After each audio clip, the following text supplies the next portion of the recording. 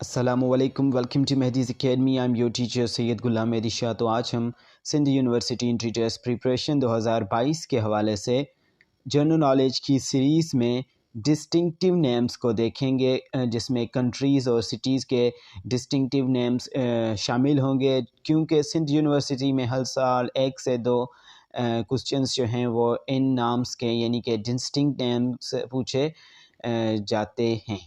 تو آئیے اسٹڈی کرتے ہیں کچھ امپورٹنٹ کنٹریز اور سٹیز کے ڈسٹنکٹیو نیمز. تو سب سے پہلے جو ہے وہ ہے horn of Africa. Horn of افریقہ کسے کہا جاتا ہے؟ تو ہارن آف افریقہ صومالیہ کو کہا جاتا ہے. Somalia is known as the distinctive name of Horn of Africa. اس کے بعد دیکھیں گے نمبر 2 پہ، جو کہ پوچھا بھی جا چکا ہے سندھ یونیورسٹی کی انٹری ٹیسٹ میں پریویس ایئرس میں، کیونکہ آپ دیکھ سکتے ہیں جنرل نالج کی ویڈیوز جو کہ میں نے آپ کے ساتھ شیئر کر دی ہیں پاس پیپرز کی اور جنرل سائنس کی، تو ریلیٹڈ کوسچنز کی بھی مکمل ہو چکی ہیں. اب جنرل نالج کی جو آنے والی ویڈیوز ہوں گی وہ کمپلیٹ ہوں گی، جس میں 100 سے لے کے 300 کوسچنز شامل ہوں گے، جو کہ بہت ہی ہیلپ فل ہوں گے سندھ یونیورسٹی کی انٹری ٹیسٹ کی پریپریشن کے حوالے سے. تو دوسرا جو ہے ڈسٹنکٹیو نیم جو ہے وہ ہے لینڈ آف رائزنگ سن. تو land of rising sun is called Japan. Japan city کو جاپان جو ہے شہر ہے، جاپان جو ایک ملک ہے، تو اسے کیا کہا جاتا ہے؟ Rising sun. The land of rising sun is called Japan. اس کے بعد لینڈ آف پروٹیز. پروٹیز کو ساؤتھ افریقہ کو کہا جاتا ہے پروٹیز. تو اس کے بعد فوربڈن سٹی. فوربڈن سٹی جو ہے وہ لہاسا، یہ چائنا میں ہے، لہاسا تبت. تو فوربڈن سٹی جو ہے لہاسا کا ڈسٹنکٹیو نیم ہے. اس کے بعد نیکسٹ جو ہے وہ city of 7 hills. City of 7 hills Rome کو کہا جاتا ہے. یہ ایک شہر ہے، سٹی آف 7 ہلز یہ ایک سٹی ہے. تو یہ جو میں وہاں پہ میں نے مسٹیک کی تھی پوائنٹ نمبر 2 پہ، جاپان کو میں نے سٹی کہہ دیا تھا، وہ مجھے یہیں پہ کہنا تھا کہ روم جو ہے ایک شہر ہے، یہ سٹی کا ڈسٹنکٹ نیم ہے ڈسٹنکٹیو. اور یہ جو کنٹریز کے ہوں گے وہ آپ کو خود سے پتہ چل جائے گا کہ اس کے نام سے، کنٹری کے نام سے آپ کو پتہ چل جائے گا کہ یہ ڈسٹنکٹیو نیم سٹی کا ہے یا کنٹری کا ہے. اور اس کے بعد جو دیکھیں گے land of maple leaf. Land of maple leaves Canada کو کہا جاتا ہے. اس کے بعد سک مین آف یورپ. تو سک مین آف یورپ جو ہے وہ ڈسٹنکٹیو نیم ہے ترکی کا.